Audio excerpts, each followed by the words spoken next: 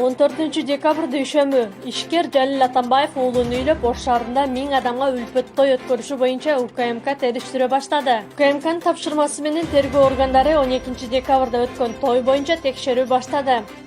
Тоң райондук прокуратурасы 13 жаштагы кыздын зордукталышы боюнча сот өкүмүнө апелляциялык даттануу берет. Көзөмөл орган судья Сабыр Содонбековдун чечимин негизсиз деп эсептөөдө. Кыргызстан профсоюздар федерациясына кайрадан чыр чыкты. Бул ирет мекемеге караштуу санаторий кызматкерлери ар кыл аймактан чогулушту. Келгендер кесиптик кошуун кеңешинин мүчөлөрүнө федерация төрагасын бекитип, айлык маселесин чечип берүү талабын коюшту. Кыргызстанда өткөн түндө электр энергиясын колдонуу рекорддук деңгээлге жетти. Улуттук энергетикалык холдинг компаниясынын башкармалыгы элди электр азыраак колдонуп, көмүр, газ сыяктуу альтернативалуу жылуулук булактарын пайдаланууга чакырды. 15 декабрь шейшемби Баткен облусундагы Кадамжай районунун аймагынан күнүнө 1000 тоннадай нефти Өзбекстан менен Тажикстанга жашыруун сатылып жатат деген билдирүү соц тармактар аркылуу айтылып талкуу жараткан. Бул туура эмес маалымат деп Баткен облустук бийлиги билдирүү таратты. Баткен облусунун Кадамжай районунда кошуна Өзбекстандын колдоосу менен контейнерлер курулуп баштаган. 200 орунду оорукана ишке даяр. Жугуштуу ооруларга ылайыкташкан бул мекеме жакынкы күндөрү пайдаланууга берилүү алдында турат. Жогорку соттун атуулдук жана экономикалык иштер боюнча соттук коллегиясынын судьясы мыйзамсыз байыган деп шектелип, УКМКнын тергөө абагына киргизилди. 15 декабрда Кыргыз Республикасынын президентин шайлоо үгүт иштери башталды. Өлкөдө президенттикке 18 талапкер ат салышууда. 10 январда президенттик шайлоо жана мамлекеттин башкаруу системасын тандаган референдум болуп өтөт. 16 декабрь шаршемби улуттук коопсуздук боюнча мамлекеттик кызмат 14 декабрда Бишкек шаарынан ири суммадагы жасалма АКШ долларын алып жүргөн адамды кармаганын маалымдады. Баткен районунда ноябрь-декабрь айларында эле 10 адамдын өмүрүн алган жол кырсыктары катталды. Мунун себебин жол кыймылынын коопсуздугун камсыздоо кызматкерлери айдоочулардын ылдамдыкты сактабаганы менен түшүндүрүшүүдө. Электр энергиясын колдонуу боюнча коюлган чектөөлөр азырынча бир да аймакта сакталбай жатат. Ноябрь айында 36 миллион киловатт-саат энергия колдонулса, декабрдын 12 күнүндө бул көрсөткүч 52 миллион 710 миң киловатт-саатка жетти. Малды экспорттоого тыюу салынганына карабастан Өзбекстанга жана Тажикстанга аткезчилик жол менен ири мүйүздүү мал ташылып жаткандыгы белгилүү болду. Маселе 16 декабрь парламент жыйынында көтөрүлдү. 17 декабрь бейшемби кайсы бир ишкер экономикалык кылмыш жасап же салыктан качса, мамлекетке келтирилген зыянды эки эселеп төлөтү керек. Мына ушул шарт менен аларды жазадан бошотуу сунушталууда. Сапатсыз майдын сатылышынан улам Бишкекти кара түтүн каптап жатат деген активисттер бүгүн экономика министрлигинин алдына чогулушту. Чогулгандар бир топ маселени көтөрүп, тийиштүү чара көрүлүшүн талап кылышты. Январь айында пенсия төлөөгө каражат жетпей калуу кооптулугу бар. Бул туурасында социалдык фонддун төрагасынын орун басары Гүлнура Жуматаева парламенттин жыйынында билдирди. Кыргызстандык балбан кыз Мээрим Жуманазарова ушул күндөрү Сербиянын борбору Белградта өтүп жаткан кыз келиндер күрөшү боюнча дүйнө кубогуна алтын байге алды. 18 декабрь жума Улуттук коопсуздук мамлекеттик комитети Чач кайманы аты менен белгилүү Эрнис Мырзахметов лидерлик кылган уюшкан кылмыштуу топтун мүчөлөрүн кармады. Талас облусундагы чоң капка көзөмөл өткөрүү бекетинде Кыргызстандын аймагына мыйзамсыз жол менен алынып келе жаткан дары-дармектер табылды. Кыргызстанда январь айында пенсия төлөө маселеси боюнча кооптонууга негиз жок. Аталган фонддун маалыматына караганда, декабрь айында пенсия үчүн 4 миллиард 156 миллион сом төлөнгөн. 18 декабрга карата төлөмдөр 95%га каржыланган. Жаңы үлгүдөгү жалпы жарандык биометрикалык паспорт 2021 жылдын баштан жарандарга берилет. Мамлекеттик каттоо кызматы билдиргендей, документ эки түрдө. Биринчиси 34 барактуу, экинчиси 52 барак болот.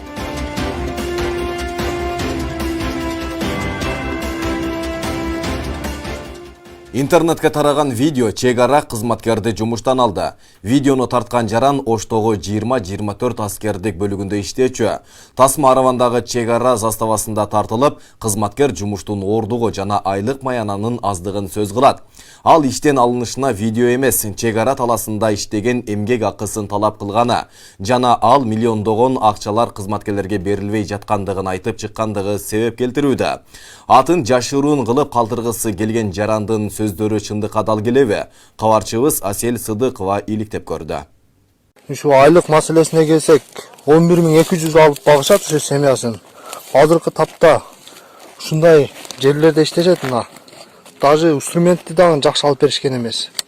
Мына ушул видео интернетке чыккан соң бир чек ара кызматкерди жумуштан алды. Видеону тарткан жаран Оштогу 20-24 аскердик бөлүгүндө иштөөчү.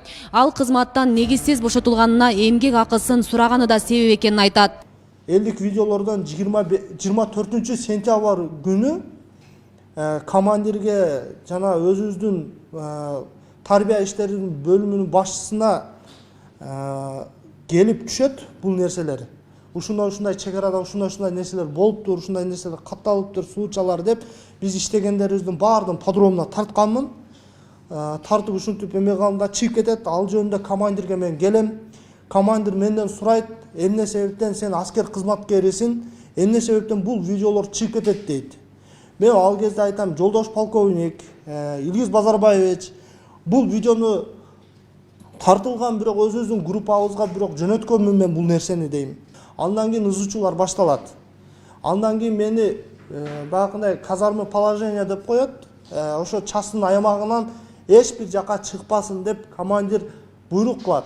Тасма Аравандагы чек ара заставасында тартылган. Атын жашыргысы келген жаран бул талаадагы жумуштары үчүн кошумча акы төлөнө турганын, ага 2 миллион сом ажыратылганын уккан менен жетекчилик кошумча акы берилбестигин айткан. Араван чек ара заставасынын аймагында биз жүргүзгөнбүз чек ара иштерин. Инженердик кызматтык талаа жумуштары деп коет.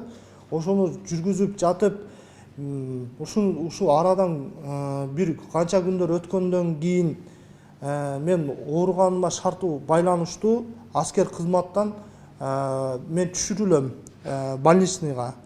Больничныйга түшүрүлгөн мезгилде мен сурап, өзүбүздүн тааныштардан сурап, аскер кызматчылардан жана башка тааныган адамдардан сурап баштайм. Эмгек акы эмне үчүн ушундай төлөнбөйт, эмне үчүн мындай болбойт, полевой деген маселе болуш керек десем, ооба болот, бул нерсе берилиш керек дейт. Берилиш керек деп ошентип мен сурайм, сурап маалымат алам. Мурдагы чек ара кызматкери акыйкат издеп бир канча жерге кайрылганы менен мындан эч кандай майнап чыкпай, 8 октябрда аскердик талаптарды бузган деген негизде жумуштан алынган. Ошол полковник менен сүйлөшүп, мен Садыр Нуркожоевичке кирем дедим. Азыркы вице-премьер-министр Максат Мамуткановго кирем дедим. Мен баарына кирем деп айтканымда, сен кирип не кыласың, азыр ызычуу болуп атканда сени эч ким карабайт деди. Аз өтпөй эмгек акы түштү да, полевой деп аткан азыркы. Эмгек акы түшүп, ар бирине ошо 21 миңден ар бир неме кылып, мага 15 миң түштү да. Ана мен ол жөнүндө мен сураштырган деле жокмун, башка деле кылган жокмун. Анан кийин балдар айтып калды, себеби эгерде сен бул нерселерди көтөрүп, бунча узучу кылбаганыңда деди, биз бул акчаны алмак эмеспиз деди. Маалыматтарды тактоо үчүн Оштогу 20-24 аскердик бөлүгүнө да кайрылдык. Мекеме жетекчилигинин билдиришине караганда сөз болуп жаткан кызматкер интернетте тараган видеого байланыштуу жумуштан бошотулгандыгы чындык. Бирок кошумча эмгек акы тууралуу айткан сөздөрү чындыкка дал келбейт. Бул жалпы эле ошол инженердик сапёрдук ротанын өздүк курамы биз жумуш башталганда эле бул маселе көтөрүлгөн. Кандай болуп калат, төлөнөбү төлөнбөйбү, кандай болот деп чек ара кызматынын жетекчилигине кайрылып, ал жакта маселе калып, чек ара кызматынын жетекчилигинин чечими менен төлөнгөн. Бирок сырасы төлөнгөн жок. Кийин эми ошол убакытка туура келип калды да, просто ошол баягы жумуштар бүткөндөн кийин эми баягы капчыкты да караш керек да, чек ара кызматынын бюджетин да карап, ошого жараша анан төлөнгөн. Баарына төлөнүп берген, ошонун ичинде буга дагы ошол 15 миң. Жок, 2 миллионго жетпейт. 1 миллион 55 миң экен. Бизде жетекчиликтин буйругу бар, чек ара кызматынын төрагасынын буйругу бар, генералдык штабтын башчысынын буйругу бар. Алардын негизинде менин буйругум чыккан режимдик объекттерде смартфон колдонбоо тартиби, мына эмелердечи биздин чек ара заставалар режимдик объекттер болот да. Сүрөткө, видеого тартканга мүмкүн эмес. Уруксат жок да. Себеби дегенде билесиздер, режимдик объектте атайын талаптар бар. Жашырундуулук жана купуя нерселер болот. Бул заставанын ичинде тартып атат, заставанын ичин тартып көрсөтүп атат. Ошол боюнча биз териштирүү жүргүзүп, аскер прокуратурасына бергенбиз. Аскер прокуратурасына берип жеткиргенбиз. Аскер прокуратурасы териштирүү толугу менен Ош гарнизон аскер прокуратурасы териштирүү жүргүзүп туруп, жыйынтыгында бирок мага могул жерде дагы турат, берип атат, токтомун чыгарып берип атат постановлениясын командирге. Бунун кылган кыймыл аракетинде баягындай кылмыш иши жок, уголовный жок, бирок административдик жана тартиптик неме бар депчи, тартипти бузган, талаптарды бузган. чечимиңиз деп. Мен сөзсүз түрдө өзүмдүн чечимим менен чакырып айттым. Мен сени мындан ары кызмат кылдыра албайм. Мекеме жетекчилигинин кошумчалашынча, жумуштан негизсиз четтетилгенин айтып чыккан мурдагы чек ара кызматкери 20-24 аскердик бөлүгүнөн ушуну менен 3-чү ирет бошотулуп жатат. Буга чейин 2 жолу катары менен дал келбестик деген жобонун негизинде иштен кеткен. Асель Сыдыкова, Мусулманкул Шакиров, Регион Ош шаары. Соңку убактарда коомчулуктун оюн буруп, өлкөдөгү саясий кырдаалды чыңалтуу максатын көздөгөндөр Жетимтоо темир кени Кытай компаниясына берилип кетти деген маалыматтарды таратышууда. Мындай маалыматтын чын төгүнүнө Өнөр жай, энергетика жана жер казынасын пайдалануу мамлекеттик комитетинин төрагасы Жыргалбек Сагынбаев чекит койду. Ал Нарын облусундагы Жетимтоо темир кени эч кимге сатылбаганын, аны мамлекет өзү иштетерин жар салды. Теманы кабарчыбыз улантат. Нарын облусундагы Жетимтоо темир кени мамлекет өзү иштетет, чет элдиктерге берилип кетти деген маалыматтар суу кечпейт. Бул тууралуу Өнөр жай, энергетика жана жер казынасын пайдалануу мамлекеттик комитетинин төрагасы Жыргалбек Сагынбаев билдирди. Жетимдин запастары 3 миллиардтан ашык. Биздин негизги максат муну мамлекет өзү иштетип, өзү мындай темирди өндүрө турган болсо, анда биз деген өзүбүздүн бюджетибизге мындай ийгиликтүү өзүбүздүн салымыбызды салабыз да. Бүгүнкү күндө бул деген эң чоң ири мындай месторождение болот. Ошол месторождениянын негизинде биз бүгүн иштерди баштагандабыз.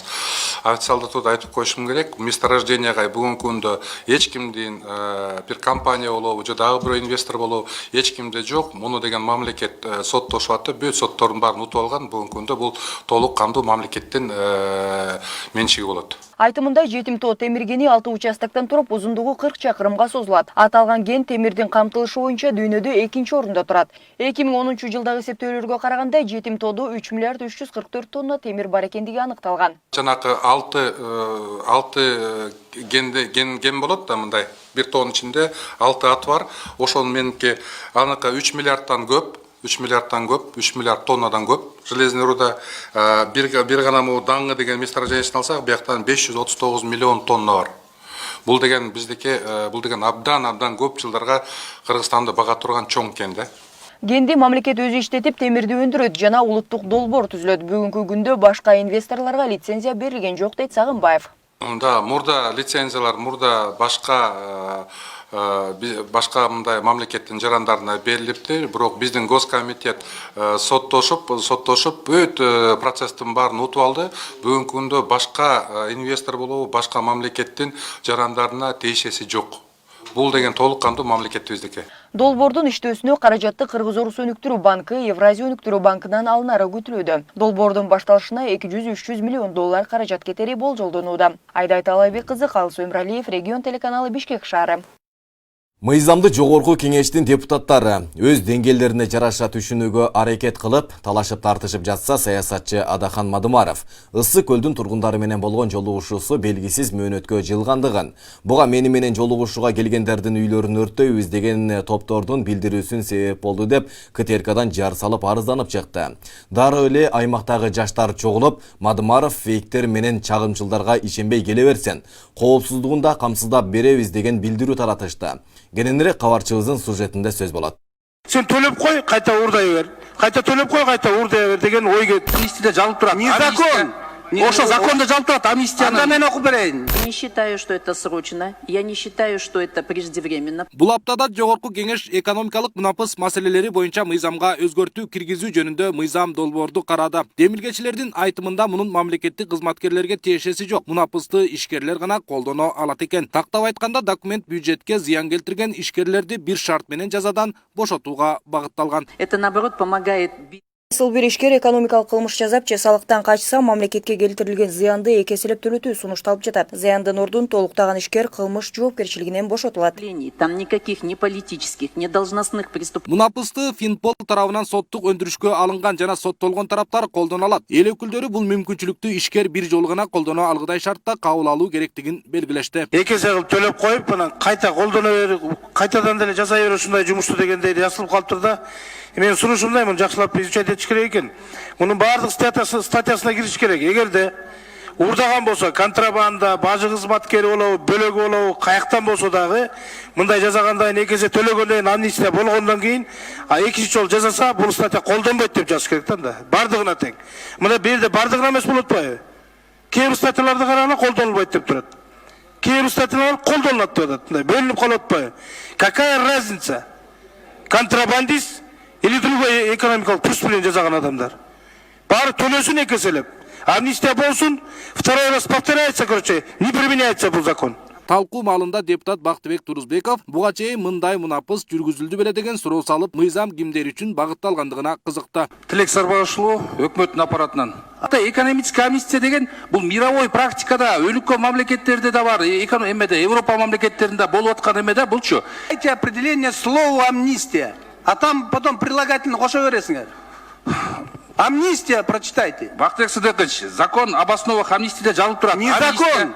Ошо закондо жазылып турат. Сейчас дается возможность этим людям. Мындай мыйзам кабыл алына элек болчу. Эми бул экономикалык кылмыш жасагандар зыяндын ордун толтурсун деген максатта болуп жатат. Можно было принять лечение. Бирок депутаттар мыйзам долбоору экономикалык кылмыш жасап билинип калса төлөп кутула бер деген түшүнүктүү берерин айтып, демилгечилерге бир катар сунуш пикирлерди беришерин белгилешти. Сын пикирлер айтылды. Мен ойлоп айтып коеюн, урматтуу демилгечилер, ушул эле мыйзамдай жана проступокту оңдоп, кайта кармалса жазага тартылганды биз киргизип беришибиз керек.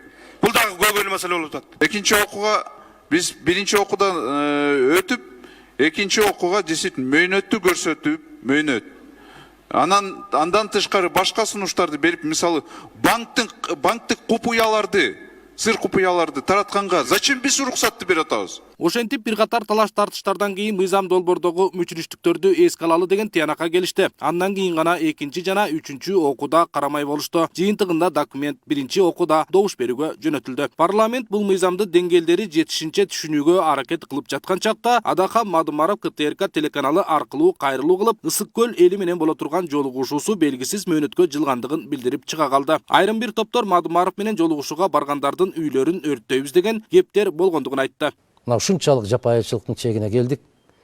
Биздин жигиттер Мадумаровдун штабын түзүп аткандар жалынып жалбарып менден суранышты. Бизде жаш азаматтар пайда болду дейт. Эгерде кимде ким бир жигиттен башка талапкерлерге чуркаганын көрсөк, барып үйүңөрдү өрттөйбүз деген коркутуулар менен жүрөт дейт. Президенттикке талапкер болуп жаткан саясатчынын мындай пикиринен кийин Ысык көл облусунун жаштары чогулуп, ким менен болсо да жолугуп программаларын укканга даяр экендигин билдиришти. Мадумаровдун айрым чагымчылдардын, фейктердин сөзүн бетке кармап алгандыгын айтышты. Туура эмес маалымат кетип атып, Садыр Жапаровдон башкасын киргизбейбиз деп айтты деп. Андай эмес. Садыр Нуркожоевич айткан, кайсы кандидат болбосун учак коюп тосуп алып программасын уккула деп бизге ушундай программа берген. Ошондуктан биз Ысык көл областындагы Ак Суу районундагы штабтын алдында туруп кайрылып атабыз. Ушу элдер ушу сиздерди тосуп алып, коопсуздугуңду сактап, программаңарды угуп, узатканга даярбыз. Келиңиздер, биз учак жай тосуп алабыз. Ак Суу районунун тургундары, мен көрдүм атайын ушу интернетке чыгып туруп, ошо Ак Суу районунун тургундары атайын кайрылуу жасап атат. Ошо баардык эле талапкерге, ошончо Мадумаровго да сиз келиңиз, даже биз сиздин коопсуздугуңузду камсыз кылабыз деген сөзгө чейин айтып атышат да. Ошон үчүн мындай билдирүүнү өтө мындай бир ошо талапкер болобу же талапкердин бир талапташтары болобу же атаандаштары болобу ошону тартканга өтө мындай бир эме болуш керек да, жоопкерчиликтүү менен мамиле кылыш керек деп ойлойм. Философия илимдеринин доктору Нур Саралаевдин айтымында бул Садыр Жапаровду каралоо максатында атайын уюштурулган фейктердин чабуулу болушу мүмкүн. Ысык көлдүн эли деле анчалык мындай трайбалистик же болбосо регионалисттик кырдаалга кирген эл эмес. Себеби дегенде Ысык көлдүн эли илгертеден бери көп элдер менен, улуттар менен аралашып, өзлөрүнүн көз карашы, мүнөзү, кулк мүнөзү таптакыр башка болуп калган. Анан эми бу Мадумаровдун ошондой билдирүү жасап атканына мен таң калам да. Муну менен катар Саралаев учурда элдер бөлүнүп жарылуудан алыс экендигин, саясий көз караштары да өзгөргөндүгүн айтат. Кайсыл бир тарапка доома тартып, упай топтойм дегендердин кыйдырыкмасы суу кечпей калгандыгын белгиледи. Кыргызстандын элин бөлүп жарып, ошолор аркылуу бийликке келем деген бул туура эмес да. Себеби дегенде бизде азыр ушундай кырдаал бөлүп жаруунун кереги жок. Анысы деле бул катастрофанын үстүндө турабыз. Эгерде түшүнүктүү саясатчы боло турган болсо, андай иштерге барбаш керек да. Ысык Көл облусуна иш сапары менен барган вице-премьер-министр Максат Мамутканов Мадумаров тарабынан көтөрүлгөн маселеге кызыккан, ал сураштырып жаткандыгын, бирок ага аймакта эч кандай бут тосуулар жок экендиги тууралуу кабарлангандыгын айтты. Азыр жетекчиликтин бардыгынан сурадык. Алар өздөрү айтып атат. Эч кандай тоскоолдук болгон эмес. Өзү да бияка келбептир дейт. Келе элек экен. Биз ачык кайрылып коелу. Ачык айтып атабыз. Эгерде Ысык Көл өрөөнүнө келе турган болсо, келсин, алдын ала деген малдындап койсун. Тозуп алышат, шарт түзүп беришет. Мынакей Борбордук шайлоо комиссиясы дагы ушул фактыны деген териштирүү боюнча комиссиясын жөнөтүптүр. Бул териштирилет. Анан биякта жетекчилердин бардыгын айтып атабыз. Эч кандай жолтоо боло турган болсо, ошого чара көргүлө. Эч кандай жолтоо болбош керек. Шарттар бүт кандидаттарда бирдей болуш керек. Эгерде кандайдыр коркунучу же кандайдыр болсо, кайрылсын. Коопсуздугун камсыздап беребиз. Келе берсин. Анан жөн эле минтип элге чыгып алып антип айтыш туура эмес. Адисбек Садаков өлкө башкарам деген адамдар ар бир билдирүүсүнө кылдат мамиле кылуусу керектигин айтат. Айрыкча аймактык бөлүнүүдөн оолак болушу керектигин кошумчалайт. Туура эмес да. Ысык Көл эмне? Ал деле биздин жер. Ош деле биздин жер. Баткен деле биздин жер. Баарыбыз деле биз бир элбиз. Мындай кылганда болбойт да. Вообще сүйлөгөндө абайлап сүйлөш керек. Ой, сөздөн жаңылган турбайт дейт. Буттан жаңылсаң кайра эле тизеңди ушалап туруп келесиң. Сөздөн жаңылбаш керек. Особенно чоңдор, баягы илгерки кызматкерлер сөзүңөрдү абайлагыла туугандар. Ошол мен айтарым. Садыр Жапаров өзгөн эли менен кездешип жаткан учурда да суроо берилди. Ал Мадумаровду жеке сыйларын, кайсыл гана талапкер болбосун, кучак жайып тосуп алгыла деп жолугушууларда элге да кайрылып жаткандыгын белгиледи. Мен муну эмне үчүн айтып атам? Мына эртең менен азыр мага кабар беришти. Адахан Кимсанбаевич айткан экен кечээ кайрылып, мени көлгө барсам ушундай административный ресурс колдонуп анан киргизбей ушундай кылды деп. Жок, андай эмес. Мен бардык жактарга айтып атам. Ким болбосун кандидат, кайсы кандидат болбосун, кучак жайып тозуп алгыла. Программасын уккула, татынакай узаткыла. Анан кийин көкүрөгүңөр менен программасына жараша, берген уадаларына жараша көкүрөгүңөр менен добушуңарды бергиле деп айтып атам. Борбордук шайлоо комиссиясы да Мадумаровдун опуза тууралуу билдирүүсүн иликтей баштады. Талдоочулар болсо, Адахан мырза мындан ары фейктерге же чагымчылдарга эмес, жалпы элдин пикирине ишенсин деген кеп кеңештерин беришти. Алтынбек Бекторов, Калыс Өмүралиев, Регион телеканалы, Бишкек шаары. 15 декабрда Кыргыз Республикасынын президентин шайлоого үгүт иштери башталды. Буга улай эле өлкө президенттигине талапкер Садыр Жапаровдун эл менен жолугушуулары уланууда. Бул аптадагы жолугушуулар толугу менен даярдалган материалга назарыңыздарды бурам.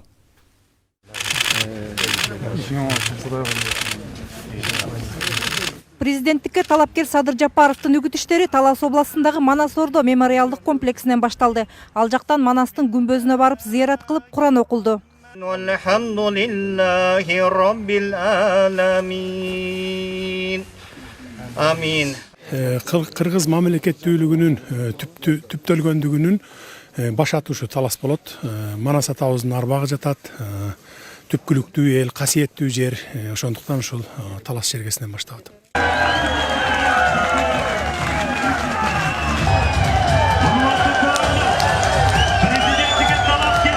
Манас Ордо комплексинен Садыр Жапаров менен учурашып, чогуу сүрөткө түшүүнү каалагандар өтө көп болду. Буга байланыштуу эл менен жолугушуу убактысын бир аз жылдырууга туура келди. Аба ырайынын суугуна карабай эл көп чогулду.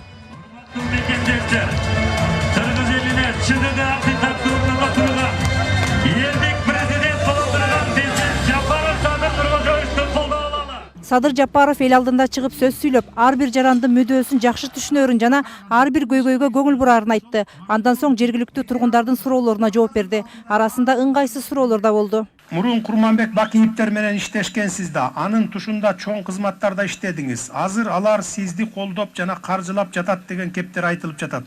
Ушуга жооп берип койсоңуз дейт. Бул карандай калп, мына Кудай карап турат. Ушунча элдин алдында туруп, мен Кудай алдында туруп айтып бере алам. Бир тыйын эч кимден мен алган жокмун, каржылаган жок.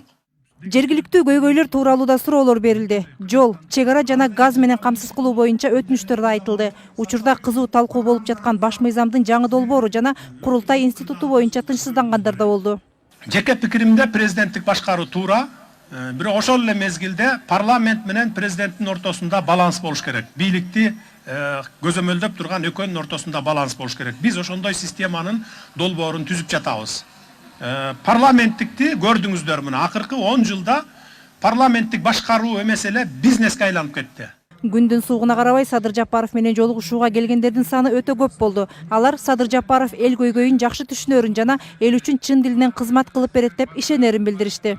Урматтуу Садыр Нуркожоевич, эгер бизди көрүп турсаңыз, ушул мамлекетибизди өстүрүп, өнүктүрүп, Кыргызстанга барып иштеп келейинчи деген заманды көргүм келет. Биз Россияга, Турцияга барып иштейинчи деп эмес, Кыргызстанга келип иштесе экен. Чыныгы элдик курултай түзүңүз. Бакиевдин курултайын, Бекназаровдун курултайын көргөнбүз.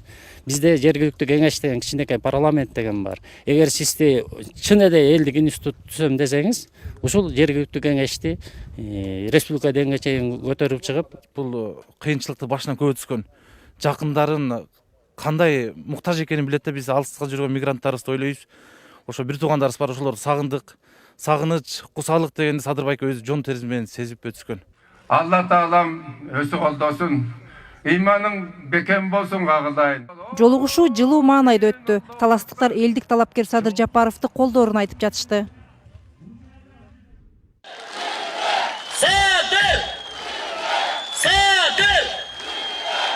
Кочкор атадагы стадионго талапкер менен жолукканы Нокен району менен Ташкөмүр, Майлы Суу шаарынын тургундары чогулду. Алардын бир тобу Жапаровго жеке кайрылууларын айтууга келишкен. Шамал сайдан келдик ушу. Элдин көйгөйүн угабы ушул деп. Мына угулбаган Шамал сай Ташкөмүрдө укпагандар көп биздин эмебизде. Коррупция деген ошо ушекте деле бар. Ушуларды оңосун кагылайын. Ошон үчүн келдим мен ушу. Өзүмүн мен проблемамды жазып, хат аркылуу тапшырдым. Ушуну чындыкты, акыйкатты чечип берет деп үмүт кыламын. Мунайчылардын мекени Кочкор атанын тургундары талапкерге ишеним артып, келечекте ак кызмат кылуусуна үмүт байлашат. Эл алдына чыккан Садыр Жапаров аймактын көйгөйлөрүн жакындан билерин айтып, артыкчылыктуу багыттар катары аймактарды өнүктүрүүнү атады. Аймакта мунай жана газ чыкканы менен район борборуна алигиче газ алып келинген эмес. Кочкор ата шаарчасынан Жалалабад шаарына чейин газ түтүктөр өткөнү менен Нокенге газ бөлүнүп бериле элек. Масы айылында жер участоктары боюнча тийиштүү документтер даярдалып, трансформацияга берилсе да, ушул күнгө чейин бул маселе чечилбей келет. Нокен жана Базар Коргон райондоруна 45 000 гектарга чейинки жер аянтын сугат жерге айландырып, ал жерлерден таза азык-түлүктөр өндүрсөк болот, азык-түлүктөрдү.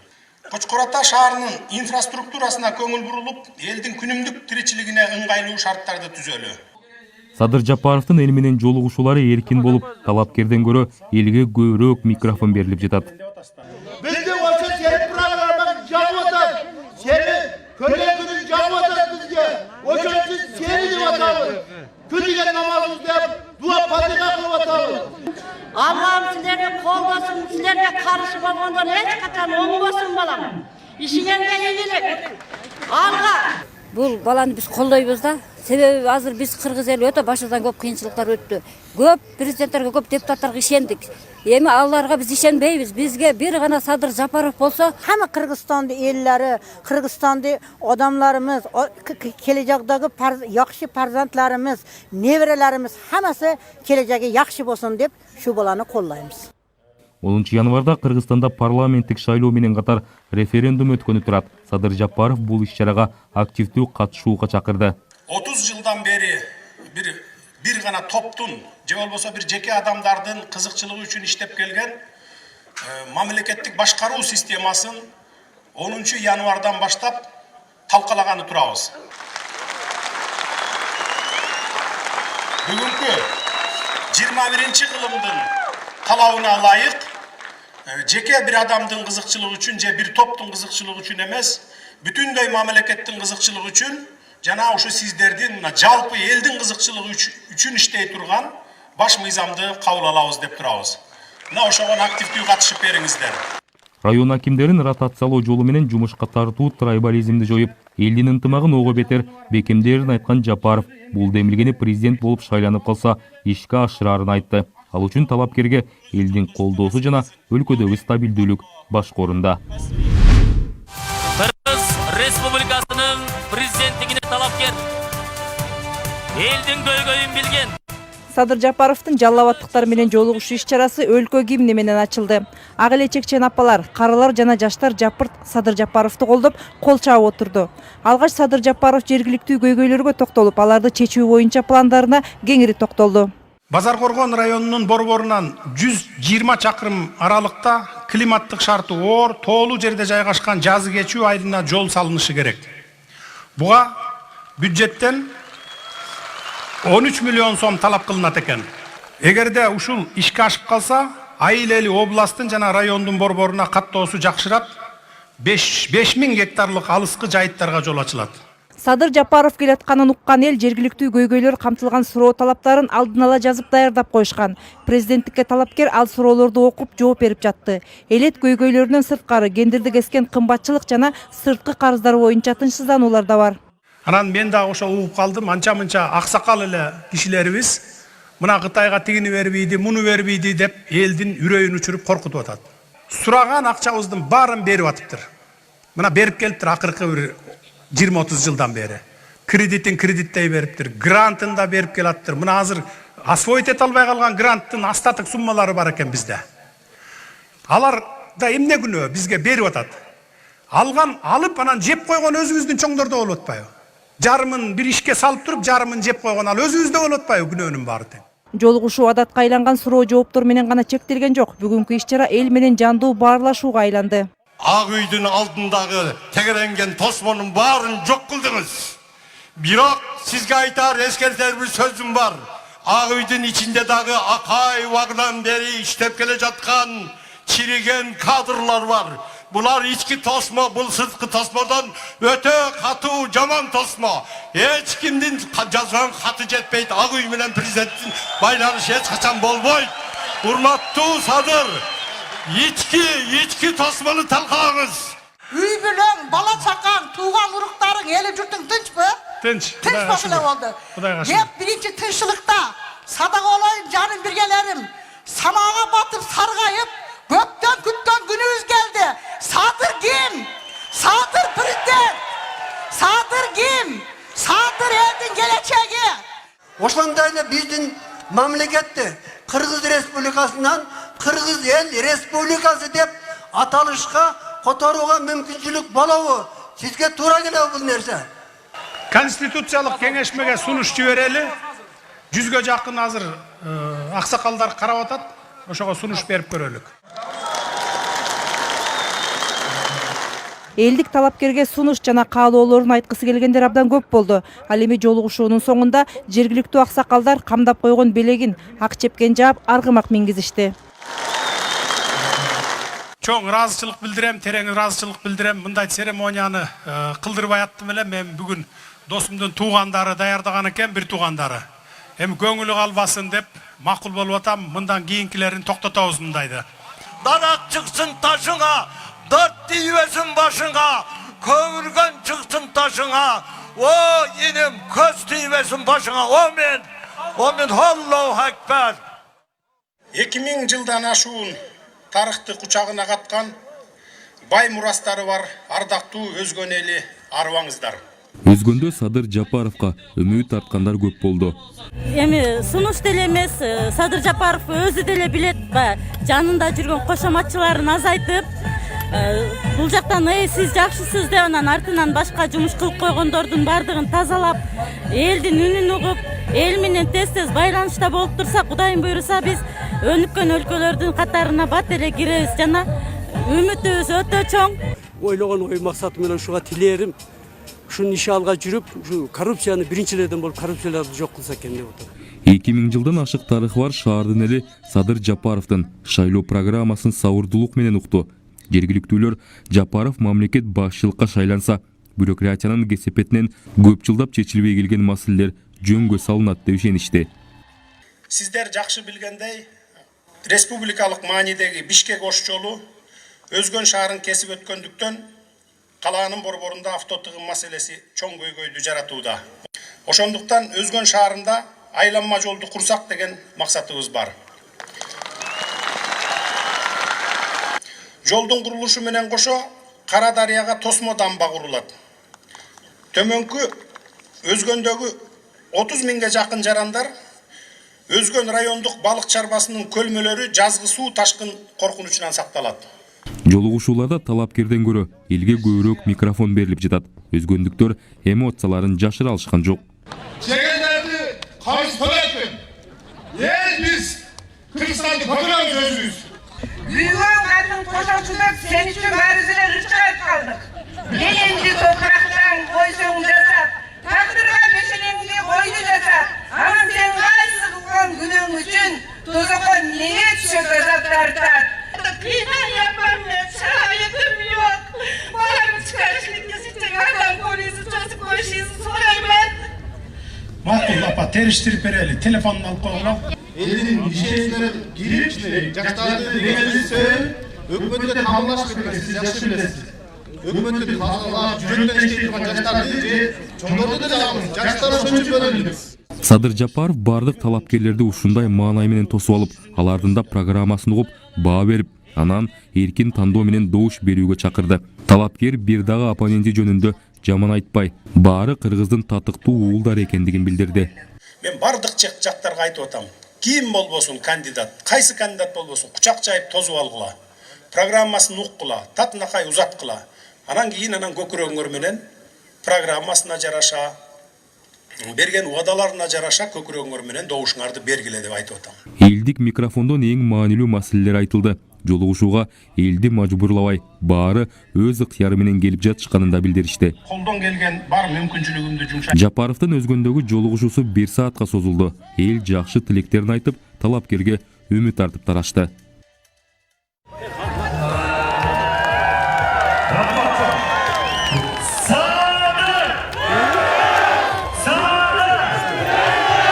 Ош шаарынын стадионуна бир гана кала тургундары эмес, Араван жана Кара Суу райондорунан да келишти. Садыр Жапаров 3000 жылдан ашык тарыхы бар.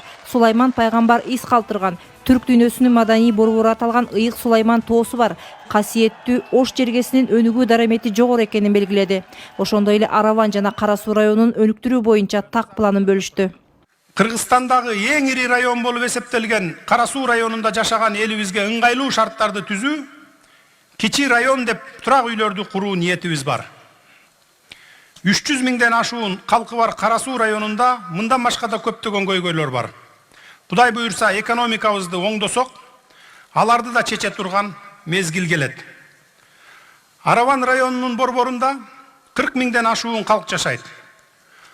Бул райондун борборуна шаар макамын берүү керек деп ойлойм. Ошондой эле Жапаров 10 январь күнү кыргыз эли бир гана мамлекет башчыны тандабастан, мамлекетти башкаруу формасында тандашы керектигин белгиледи. Ал референдумга бардык жарандарды активдүү катышууга үндөдү. Талапкер өзү кыска гана сүйлөп, элге сөз берди. Жарандар таза суу, сугат суу, жер трансформациясы боюнча көйгөйлүү маселелерди көтөрүштү. Мен Араван районунан атайын сизге суроо берейин деп келдим. Ысымым Абдураимов Сейит Сайпидинович. 5-10 жылдан бери турак жай сала албай жүргөн мигранттарга үй салуу үчүн жер тилкелери бөлүнүп берилеби?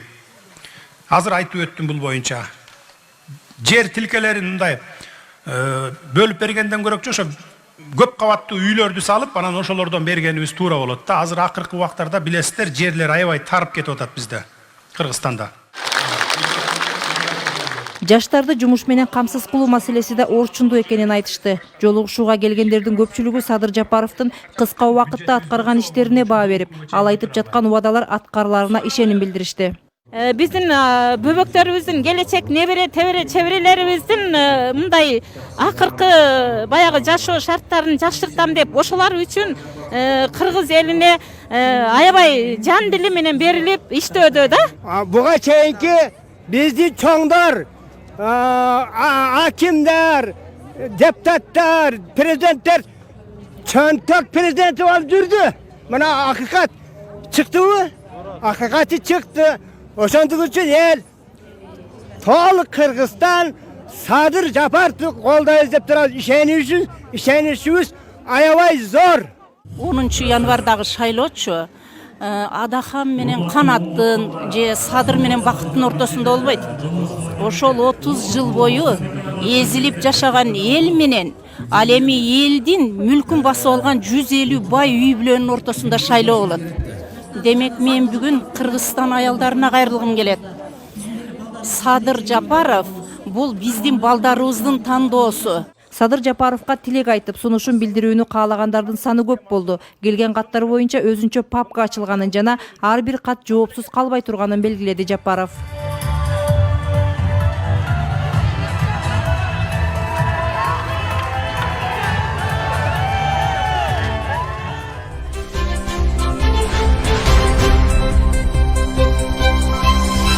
Сиздерди бул жумада маанилүү деп алынган окуялар менен тааныштырдык. Бизден ушул жана башка жаңылыктарды регион телеканалынан, социалдык баракчалардан күзөтүп барыңыз. Студияда мен Айбек Исабеков болдум. Кайрадан эфир аркылуу жолугушканча саламат болуңуздар.